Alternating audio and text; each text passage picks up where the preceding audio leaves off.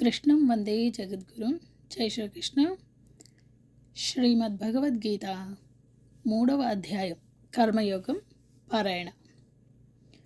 వసుదేవసుతం దేవం కంసచాణూరమర్దనం దేవకీ పరమానందం కృష్ణౌ వందే జగద్గురుం. श्रीकृष्णौ वन्दे जगद्गुरुम्. ॐ श्री परमात्मने नमः. श्रीमद्भगवद्गीता अथ तृतीयोऽध्यायः. अर्जुन उवाच ध्यायसि चेत् कर्मणस्ते मता बुद्धिर्जनार्दन तत्किं कर्मणि घोरे मान् नियोजयसि केशव. व्यामिश्रेणेव वाक्येन बुद्धिं मोहयसीव मे तदेकं वद निश्चित्य येन श्रेयोऽहमाप्नुयाम्. श्रीभगवानुवाच लोकेऽस्मिन् द्विविधा निष्ठा पुरा प्रोक्ता मया नघ. ज्ञानयोगेन साङ्ख्यानां कर्मयोगेन योगिनाम्. न कर्मणामनारम्भान् नैष्कर्म्यं पुरुषोऽश्नुते न च सन्न्यसनादेव सिद्धिं समधिगच्छति. न हि कश्चित् क्षणमपि जातु तिष्ठत्यकर्मकृत् कार्यते ह्यवशः कर्म सर्वः प्रकृतिजैर्गुणैः. कर्मेन्द्रियाणि संयम्य य आस्ते मनसा स्मरन् इन्द्रियार्थान् विमूढात्मा मिथ्याचारः स उच्यते. यस्त्विन्द्रियाणि मनसा नियम्यारभतेऽर्जुन कर्मेन्द्रियैः कर्मयोगमसक्तः स विशिष्यते.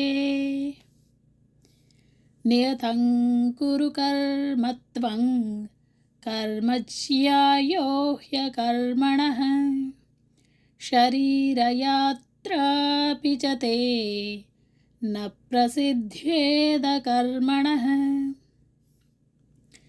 यज्ञार्थात् कर्मणोऽन्यत्र लोकोऽयं कर्मबन्धनः तदर्थं कर्म कौन्तेय मुक्तसङ्गः समाचर. सह यज्ञाः प्रजा सृष्ट्वा पुरोवाच प्रजापतिः अनेन प्रसविष्यध्वमेषवोस्त्विष्टकामधुक्. देवान् भावयतानेन ते देवा भावयन्तु वः परस्परं भावयन्तः श्रेयः परमवाप्स्यथ. इष्टान् भोगान् हि वो देवा दास्यन्ते यज्ञभाविताः तैर्दत्तानप्रदायैभ्यो यो भुङ्क्तेस्तेन एव सः. यज्ञशिष्टाशिनः सन्तो मुच्यन्ते सर्वकिल्बिषैः भुञ्जते ते त्वघं पापा ये पचन्त्यात्मकारणात् अन्नाद् भवन्ति भूतानि पर्जन्यादन्नसम्भवः यज्ञाद् भवति पर्जन्यो यज्ञः कर्मसमुद्भवः कर्म ब्रह्मोद्भवं विद्धि ब्रह्माक्षरसमुद्भवम् तस्मात् सर्वगतं ब्रह्म नित्ययज्ञे प्रतिष्ठितम् एवं प्रवर्तितं चक्रन् नानुवर्तयतीह यः अघायुरिन्द्रियारामो मोघं पार्थ स जीवति यस्त्वात्मरतिरेव स्यादात्मतृप्तश्च मानवः आत्मन्येव च सन्तुष्टस्तस्य कार्यं न विद्यते नैव तस्य कृतेनार्थो नाकृते नेह कश्चन न चास्य सर्वभूतेषु कश्चिदर्थव्यपाश्रयः तस्मादसक्तः सततं कार्यं कर्म समाचर असक्तो ह्याचरन् कर्म परमाप्नोति पुरुषः कर्मणैव हि संसिद्धिमास्थिता जनकादयः लोकसङ्ग्रहमेवापि सम्पश्यन् कर्तुमर्हसि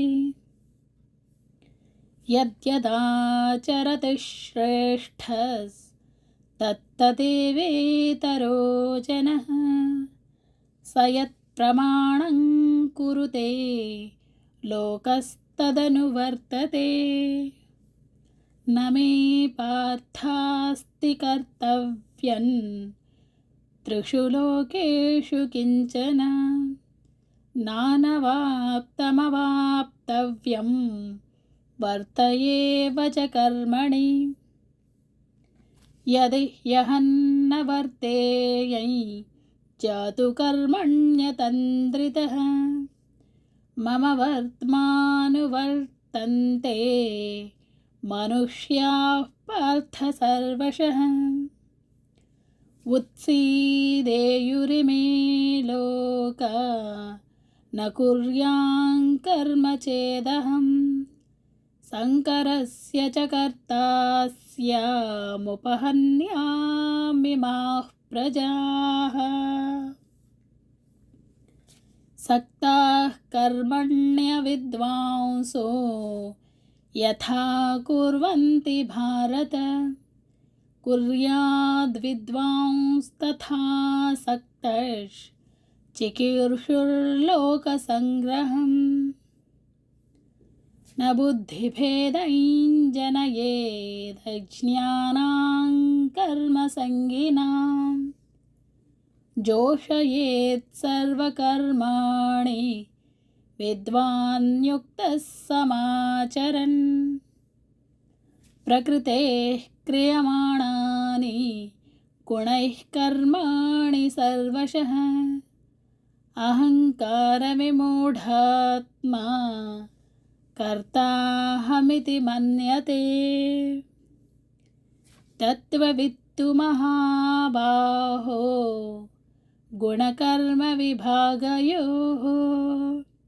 गुणा गुणेषु वर्तन्त इति मत्वा न सज्जते प्रकृतेर्गुणसम्मूढाः सज्जन्ते गुणकर्मसु तान् कृत्स्नविदो मन्दान् कृत्स्नविन्न विचालयेत्